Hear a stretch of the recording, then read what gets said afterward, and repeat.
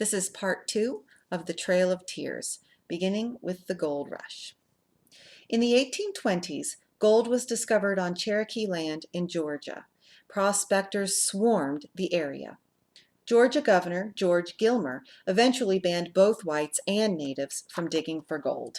Georgia's state government took control of these areas with the gold. The U.S. government had signed treaties that gave the Cherokees right to their own lands and territories. But that gold rush caused the states to ignore those treaties. Even states without gold didn't want the Cherokee to live there. White settlers wanted access to all the land in that region, whether gold was there or not. But the Cherokees wanted to keep the land that had been promised to them. The Cherokees, led by Principal Chief John Ross, filed lawsuits to keep their land. And these lawsuits went to the U.S. Supreme Court. But the U.S. government began looking for ways to remove the Cherokees from the southeast United States, and it planned to send them all to the Northwest. Chapter 3, The Trail of Tears.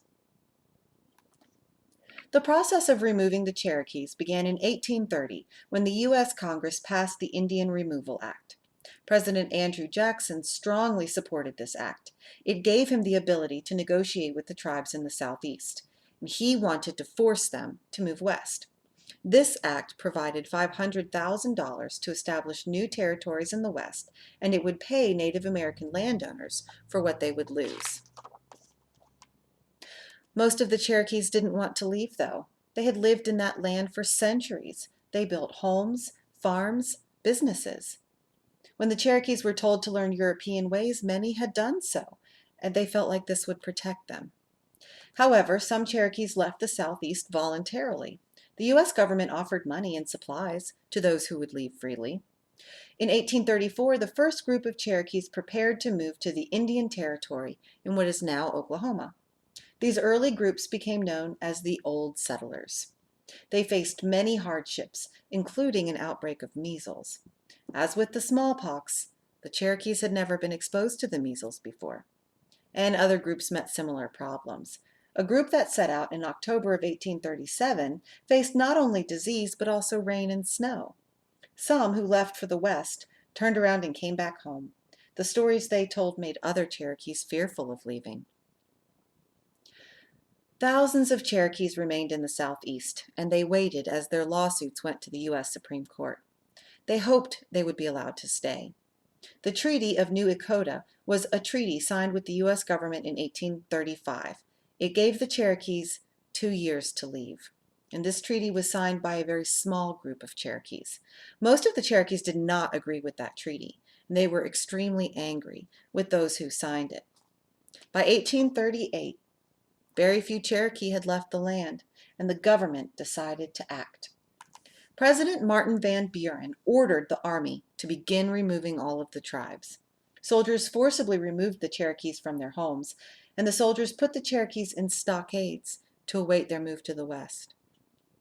The Native Americans were taken from their homes, their businesses, and their farms. They were not allowed to take any personal belongings. They couldn't say goodbye to anyone. If some family members were away, including their children, the remaining family members were taken and not allowed to wait. In some cases, soldiers brought bedding and clothing for the Native Americans, but in other cases, they were given nothing. Conditions in the stockades were terrible. People were crowded very close together with no privacy. They had to remain outdoors despite harsh weather. They were then moved from stockades to internment camps. They were held there for days or weeks before they could move west. People suffered from many diseases, including dysentery, whooping cough, and measles. Many died. The Cherokees had been promised land in the Indian Territory, but it was nearly 1,000 miles away from their home. There were several routes to that territory. Some went by river, some were by land, but none were easy. The journey by boat was interrupted by low water in the Arkansas River. Travelers had to unload and continue by land. Cholera, a disease that results from unclean water, killed more than 50 people. Low rivers were not the only risk on the water routes. The boats were also severely overcrowded. Their wooden structures would begin to crack with the strain, and traveling during the intense summer heat and those droughts made it even more difficult. Illness continued to cause more deaths. Now, those traveling by land faced a very different set of problems.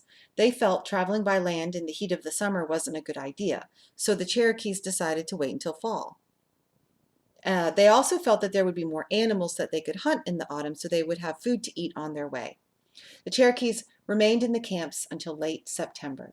However, since they hadn't been allowed to bring any of their belongings, they didn't have any warm clothing. They also lacked winter shoes, cooking supplies, and tents. Here's a picture of them traveling by water and in the winter.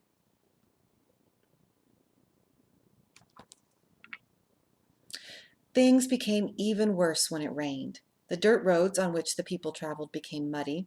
It was difficult to get horses and wagons through all that mud, and there just wasn't enough food for people or their animals. Whites along the route took advantage of the natives. They demanded money, or they would steal their horses. A drought in the summer caused water to be very scarce. Sometimes the water was dirty, and it made people very sick. Even healthy people became ill after walking a few miles in that cold, wet weather. Very few doctors traveled with the Cherokee, but there wasn't nearly enough of them to cope with all of the sick people. And people died very frequently. There was very little time to bury the dead. Entire families were wiped out. Other families had to leave the bodies of loved ones behind, and some historians believe approximately 4,000 Cherokees died during this move. This number came from a missionary, Dr. Eliezer Butler, who accompanied them. Other historians, though, believe the number could be as high as 10,000. Arrival in the Indian Territory did not bring any joy or relief.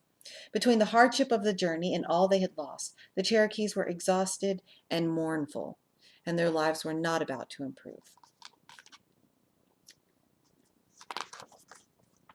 Life after resettlement. The Cherokees had been promised food rations from the government upon arrival. Rations were provided, but there were some problems. The food was only delivered every other month, and sometimes it arrived weeks behind schedule, and this created problems for those who didn't have any way to store food. Dishonest contractors sometimes would keep a portion of the rations just for themselves.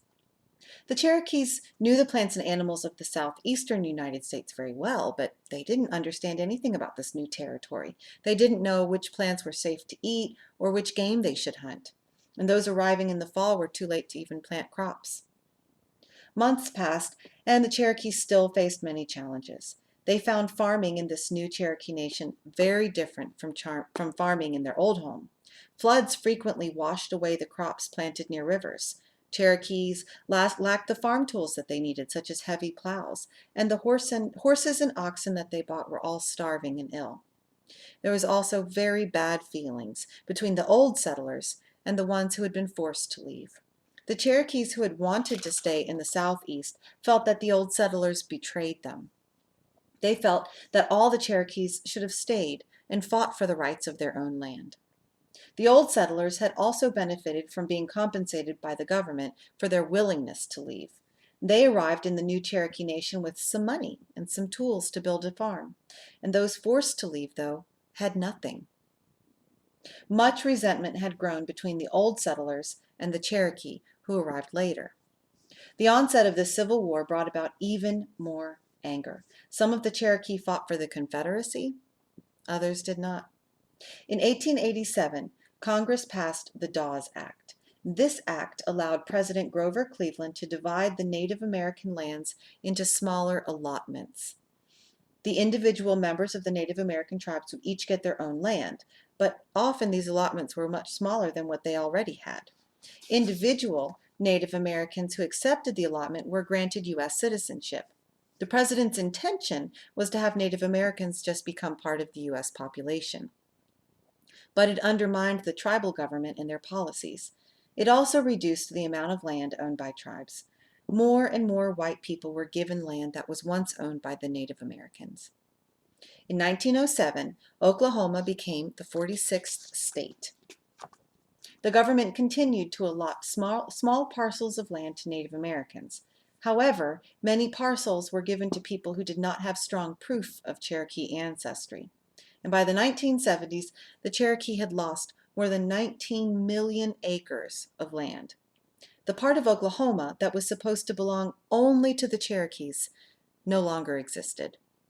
Yet the Cherokees themselves survived, and today there are more than 300,000 Cherokees still in the world, and approximately 70,000 of them still live in Oklahoma. The Trail of Tears is a devastating part of their past, and it's one that will not be forgotten. And here's just a map showing some of the different locations of the routes.